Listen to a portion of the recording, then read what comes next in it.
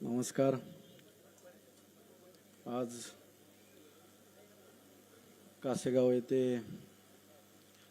सर्व जिल्हा परिषद व पंचायत समितीले सदस्य, सभापती, अध्यक्ष, उपाध्यक्ष यांचा सत्कार सोहळा या ठिकाणी आयोजित केला.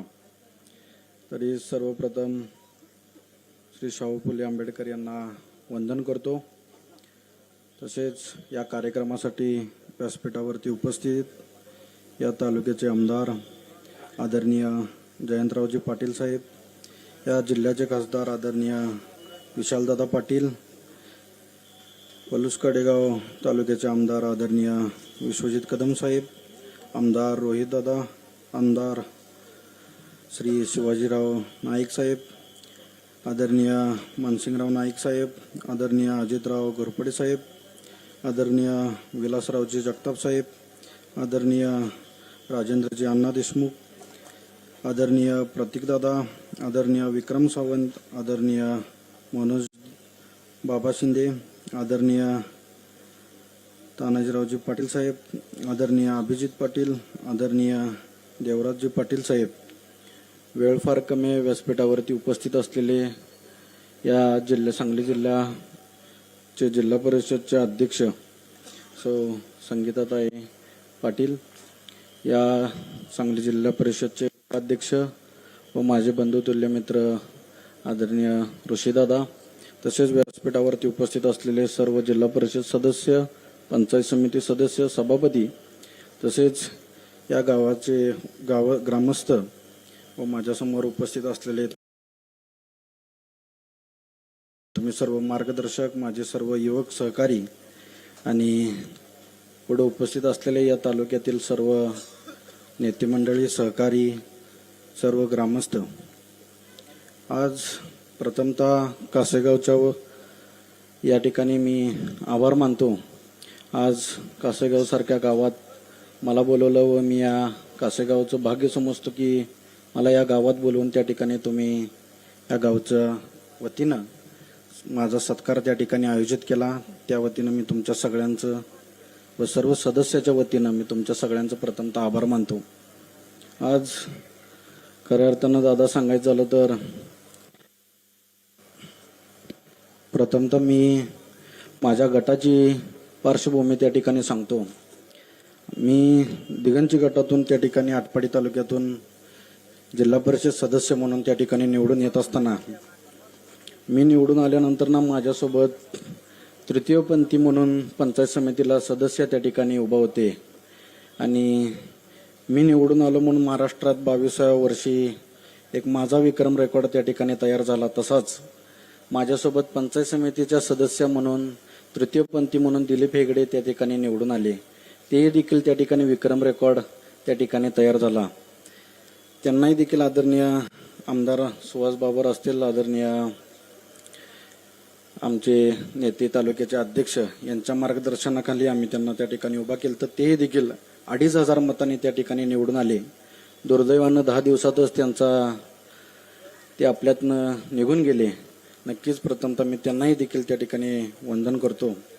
आज खऱ्या अर्थानं 22व्या वर्षी साहेब मी निवडून येत असताना 99.99% मी माझ्या वडिलांचं कष्ट त्या ठिकाणी समजतो, पण 1% मी माझं नशीब समजतो. गेले 9 वर्ष त्या ठिकाणी निवडणूक त्या ठिकाणी लागली नाही. 21 पूर्ण झाल्यावर 22व्या वर्षी मला अर्ज भरण्याची संधी मिळाली आणि 22व्या वर्षी निवडणूक लागली आणि मी त्या ठिकाणी सदस्य म्हणून निवडून आलो. आणि आदरणीय साहेबांच्या मार्गदर्शनाखाली साहेबांनी मला जिल्हा परिषद बांधकाम सभापती व अर्थ खातं देण्याची संधी मला त्या ठिकाणी दिली आणि नक्कीच मी आदरणीय साहेबांचं व व्यासपीठावरती उपस्थित असलेले तुमच्या सगळ्यांचं त्या ठिकाणी आभार मानतो. आज खऱ्या त्यांना सांगायचं झालं तर बांधकाम सभापती मी होत असताना बरेच अडचणी साहेब आपल्याला त्या ठिकाणी आल्या, पण नक्कीच अध्यक्षांनी शब्द दिल्यानंतर आम्ही तुमच्या मागे ठामपणे त्या ठिकाणी उभं राहायचा निर्णय त्या ठिकाणी घेतला आणि नक्कीच आम्ही उभं राहिल्यामुळं तुम्ही दिलेल्या शब्दाप्रमाणे आम्हाला ती पद देण्याची संधी त्या ठिकाणी दिली. नक्कीच आम्ही सर्वजण जिल्हा परिषदेतले सदस्य असतील, सभापती असतील, जिल्हाध्यक्ष असतील, उपाध्यक्ष असतील, नक्कीच आम्ही सर्वजण मिळून त्या ठिकाणी काम करण्याचं काम आम्ही त्या ठिकाणी करणार आहे. नक्कीच साहेब तुम्ही जिल्हा परिषदमध्ये आल्यानंतर आम्हा सगळ्यांना त्या ठिकाणी सूचना दिली. नक्कीच आपल्याला ही जिल्हा परिषद चालवत असताना सर्वसामान्य माणसातल्या सर्व गाड्यातल्या माणसांपर्यंत आपल्याला सर्व योजना असतील, सर्व काम असेल, आपल्याला त्यांच्यापर्यंत पोहोचवण्याचं काम आपल्याला या जिल्हा परिषदच्या मार्फतून त्या ठिकाणी करायचं आहे. नक्कीच साहेब, तुम्ही आम्हा दिलेलं मार्गदर्शन व खासदार साहेबांनी दिलेलं मार्गदर्शन आम्ही त्या ठिकाणी आमच्या डोक्यात ठेवून आम्ही त्या ठिकाणी काम करतोय. आज या व्यासपीठाच्या माध्यमातून प्रशासनाला बी व प्रशासक असतील सगळ्यांना अधिकाऱ्यांना मी सांगू इच्छितो, नक्कीच गेले 3-4 वर्ष झाले प्रशासक म्हणून त्या ठिकाणी काम करत असताना तुम्ही तुमच्या मनाचा कारभार त्या ठिकाणी चालवण्याचा प्रयत्न त्या ठिकाणी केला.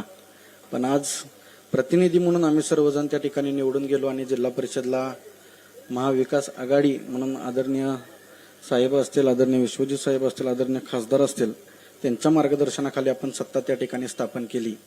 नक्कीच तुम्ही सर्वजण अधिकारी असतील, सर्व प्रशासक असतील, आम्हा सगळ्यांना त्या ठिकाणी विचारात घेऊन मला वाटते तुम्ही त्या ठिकाणी निर्णय करावा. अध्यक्ष असतील, उपाध्यक्ष असतील, सर्व सभापती, सर्व सदस्य यांना सगळ्यांना विचारात घेऊन तुम्ही गावगाड्यातल्या माणसांपर्यंत योजना पोहोचवण्याचं काम असेल, सर्व उपक्रम राबवण्याचं काम असेल, नक्कीच तुम्ही आम्हा सगळ्यांना त्या ठिकाणी विचारात घेऊन त्या ठिकाणी येणाऱ्या काळात तुम्ही त्या ठिकाणी काम करत चला.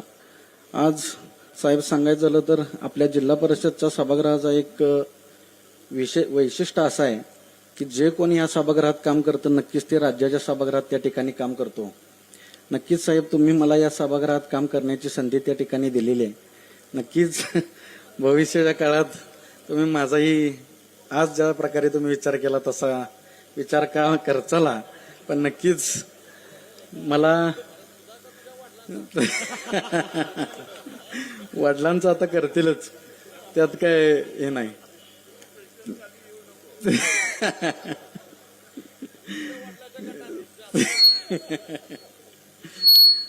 नक्कीच आपण आदरणीय साहेब असतील, तुमच्या सगळ्यांच्या मार्गदर्शनाखाली येणाऱ्या जो काही माझा काळ असेल त्या काळात प्रामाणिक काम करून तुम्ही दिलेली जी संधी आहे त्या संधीचं सोनं करून दाखवेन.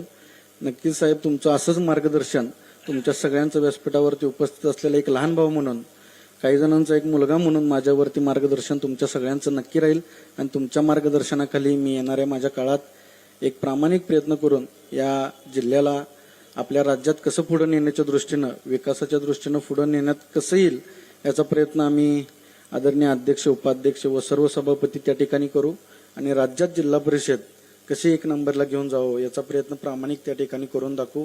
एवढंच बोलतो आणि मी थांबतो. जय हिंद. धन्यवाद. आणि यानंतर मनोगत व्यक्त करण्यासाठी आपल्या सांगली जिल्हा परिषदेचे माननीय